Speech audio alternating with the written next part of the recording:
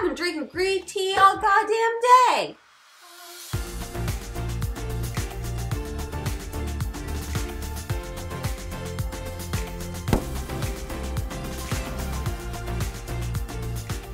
Hello everyone, welcome back to Foster the Meeple, a channel all about board games and board gamey things and Lorcana. Disney magic. Okay peeps, here's the thing. We in it. We all in it. We all up in it. You have no idea how much up in it we are. So today's video, we are talking about Disney Lorcana. It's all the rage right now. It is. Everybody wants it, and we got a butt ton of it. Like a butt ton. So here's the thing. We got 2 booster boxes and a trove chest from Lancelot Games. Yes. And we opened all of those packs. All of them. On stream. We did. So if you want to go watch that first before we talk about all this other stuff and see us open our packs and some of the cards we got, you can go do that. You can go do that. I will make sure to link that video down below. It will be on our second channel, which is called Foster the Meeple Rewind, where we put all of our video on demands from Twitch. So you can go and watch that. And we opened up so many packs. So we got 2 booster boxes. Each booster box has 24 packs. Then we also got the treasure trove, which came with another 8 packs. And those packs were bangers. They were lit. If you go watch, you'll see. Exactly. I'm just pulling this stuff out in case you want to pull at anything. Please, I'll bring out my old Elsie. How about we show you this? We did pull 1 enchanted card. We did. And Enchanted it was like, Elsa. Of all of them, I think this is the one I wanted the most. Yeah, it's beautiful. It's Elsa, Spirit of Winter. Mm-hmm. And the enchanted cards, just for people that might not know, are extensions of the base stock of cards. So there's 204 cards in Chapter 1 of Lorcana. There are, I believe, 11 enchanteds. Yes. So, for example, this is card number 207 of 204. Mm-hmm. So just in terms of like that extra 11 cards. So we did end up pulling a Elsa, and you can see that over on the video on demand. Yeah, so for today's video, I think maybe what we'd like to do is maybe just do like a brief, because we have played the game at this point as well. So we want to do just like a brief overview, and then our like first impressions, our thoughts after having played it a few times, like what kind of decks we've used and are making and all of that good stuff, right? To get started, if you've never heard of Disney Lorcana is a trading card game, a TCG, which for some people, they may have heard of like Magic the Gathering as an example. Very similar. Flesh and Blood. Yep. Star Trek, the deck building game. No one remembers that one. Nobody remembers it. Pokemon is Pokemon's more of a collectible card game. See, CCG? I always really struggle. Like, we don't know the difference. It's a card game. It's a card game. It's a CG. And it is based on Disney, of course. So the game is done by Ravensburger. That is who publishes it. And there were stores that were given early access to the cards. As long as they were hosting an event. If they were hosting an event, exactly. So the rest of the stores should be getting it in stock in September. It is flying off shelves like hotcakes. One thing that I do just want to say, and that I think we want to acknowledge, there are some stores that are jacking their prices. Do not overpay for this game. You will be able to get it. Yeah. Ravensburger has been very clear about the fact that it's like, they don't want this to be that kind of thing. So, and also, like, I don't know.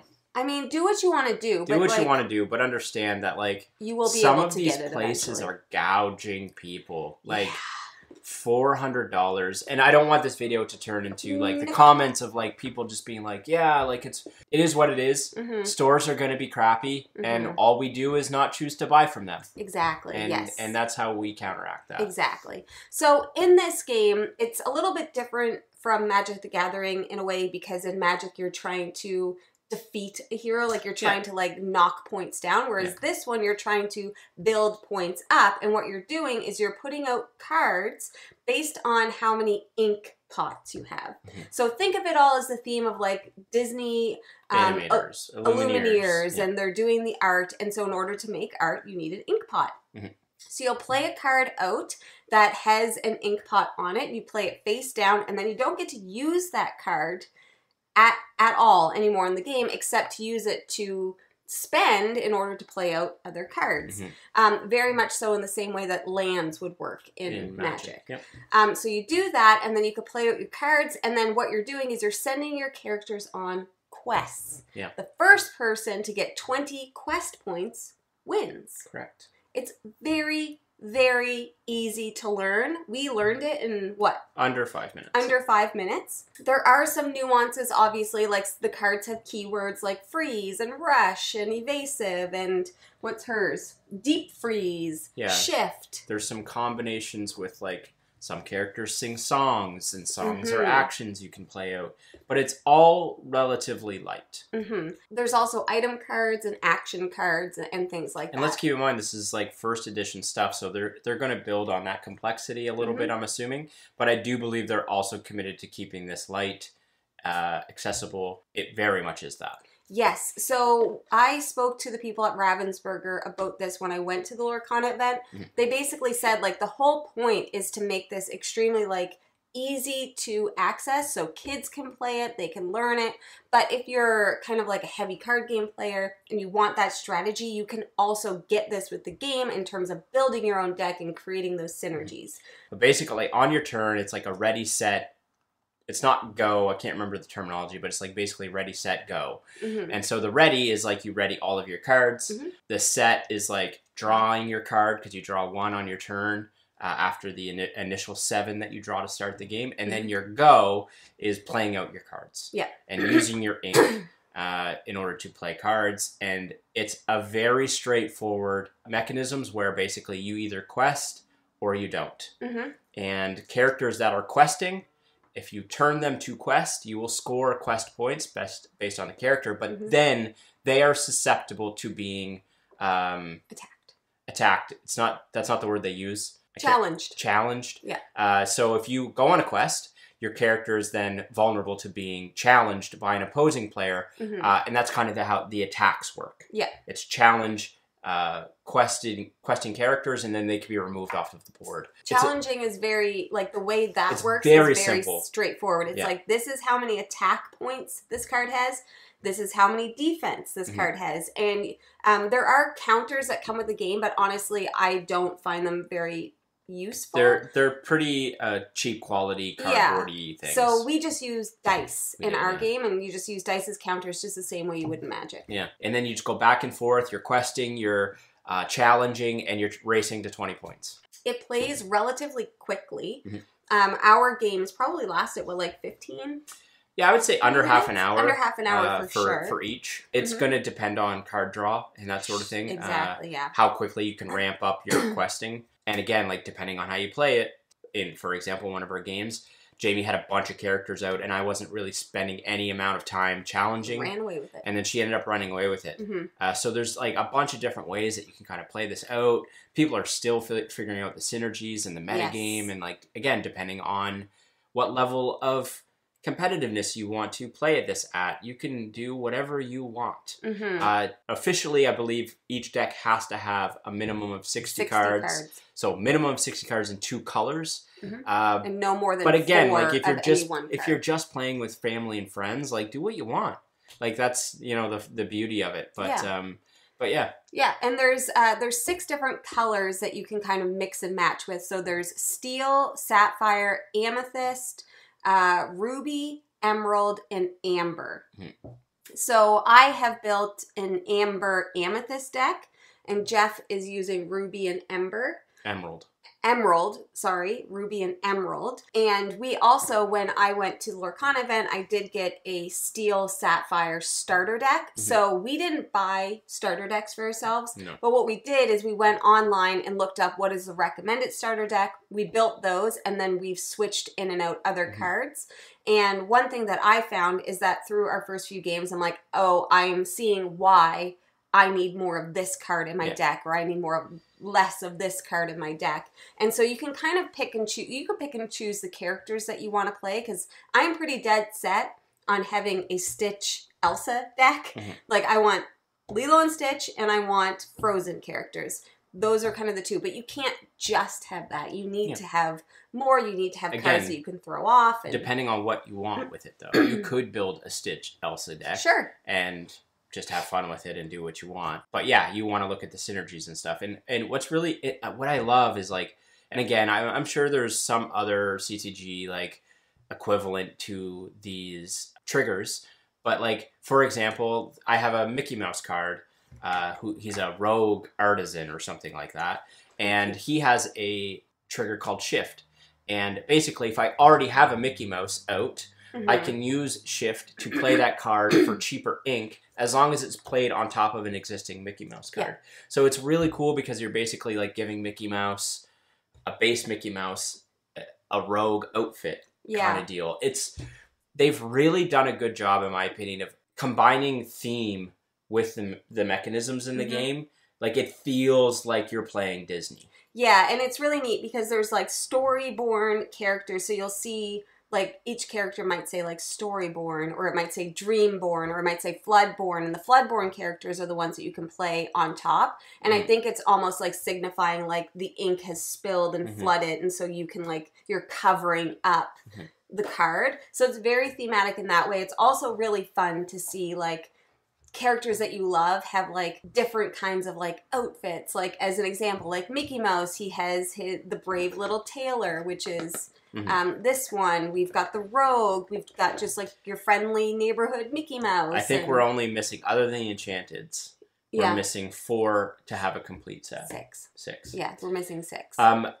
This will go without saying, because I'm sure lots of people have already seen the artwork on the cards, but it is absolutely incredible. Just looking at the cards, like, is fun in itself, because they're all beautiful. Yeah. Like, some, like, the Scar card, that's just like a comp. Like, the artwork is just, oh, man. I am very, very excited to see what else they come out with. Like, I'm just kind of sifting through and thinking, like, oh, well, there's no Chip and Dale in the deck yet. You know, there's no Pete. Pete's not in the deck yet. There's no, like, this character and this character and this character. Like, opportunities are endless. The opportunities are endless. And what they are planning on doing is putting out a new chapter every 4 months. So every 4 months, like, a new chapter. So you're going to have new characters, and you're going to be able to, like, reconfigure your deck. That being said, I think Season 2 is supposed to come out in November. I also just want to, because we haven't said, like, whether or not we like the gameplay. I absolutely loved it. So much. Jamie's played some Magic. I've played a ton of Magic, and this is light. This is so easy to play. It's not confusing. It's so much more accessible, because Magic has all of these things, these combos and whatever.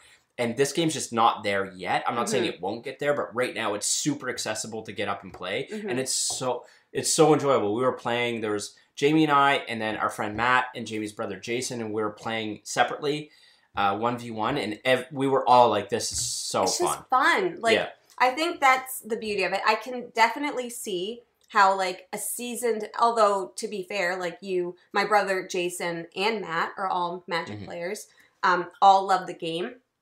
But I could see how, like, really intense Magic players would be like, this is, like, baby for babies or something. But, like, the point of this game is that it's just they're probably not the target market. They're not the target market. No, but it is so much fun. But I do think, like, there's a lot of Magic players that would like it. Oh, for sure. And just, like, putting out the characters that you love. Like, there was a character that I had in my hand that I'm like, this isn't going to help me right now, but I have to get him out.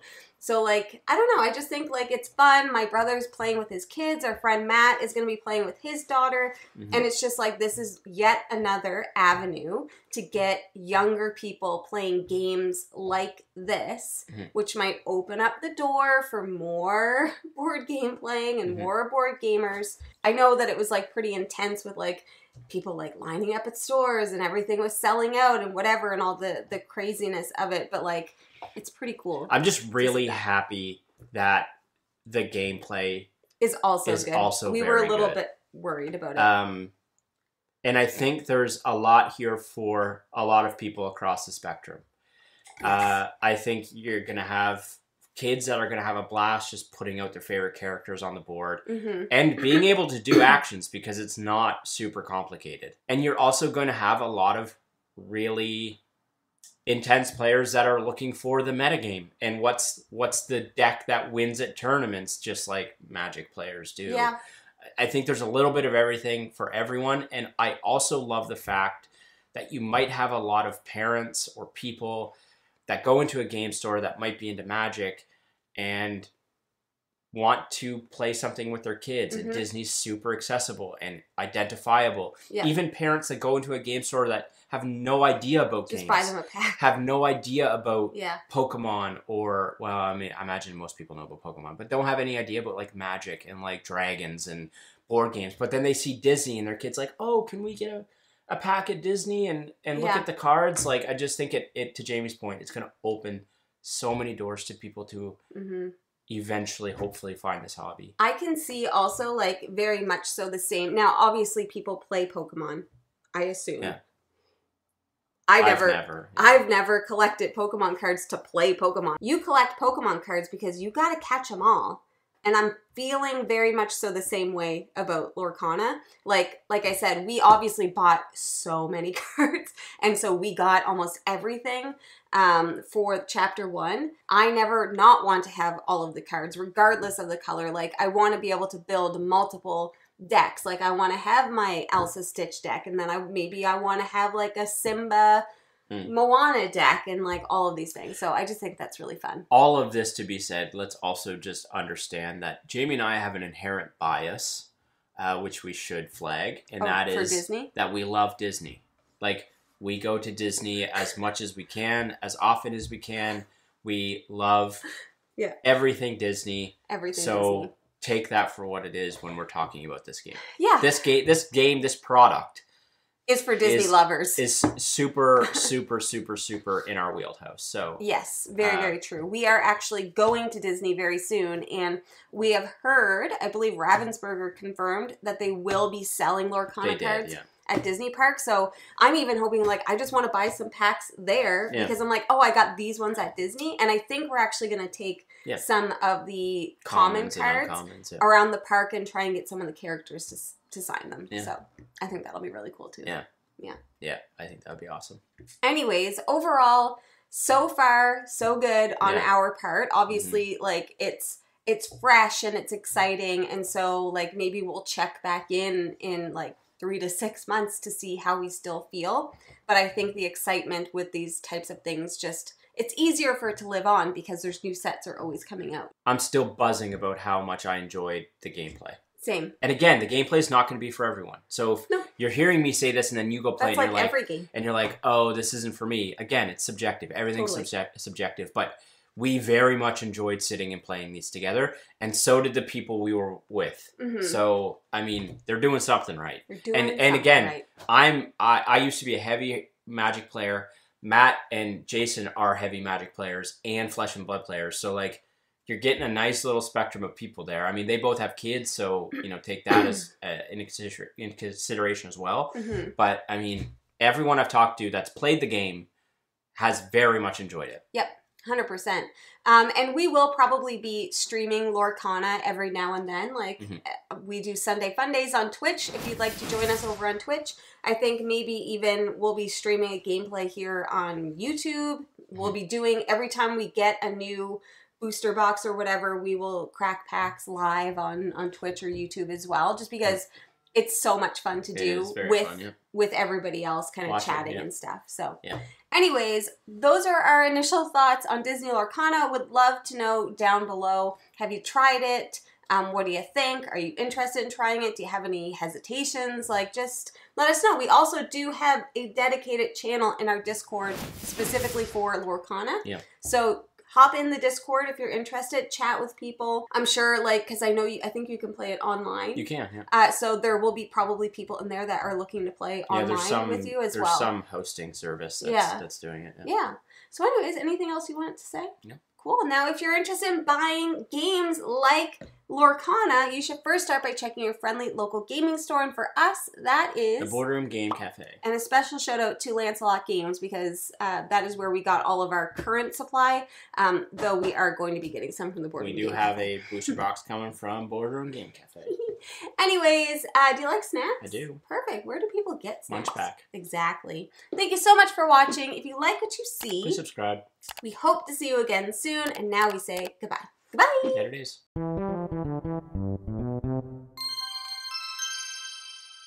Good? Yep.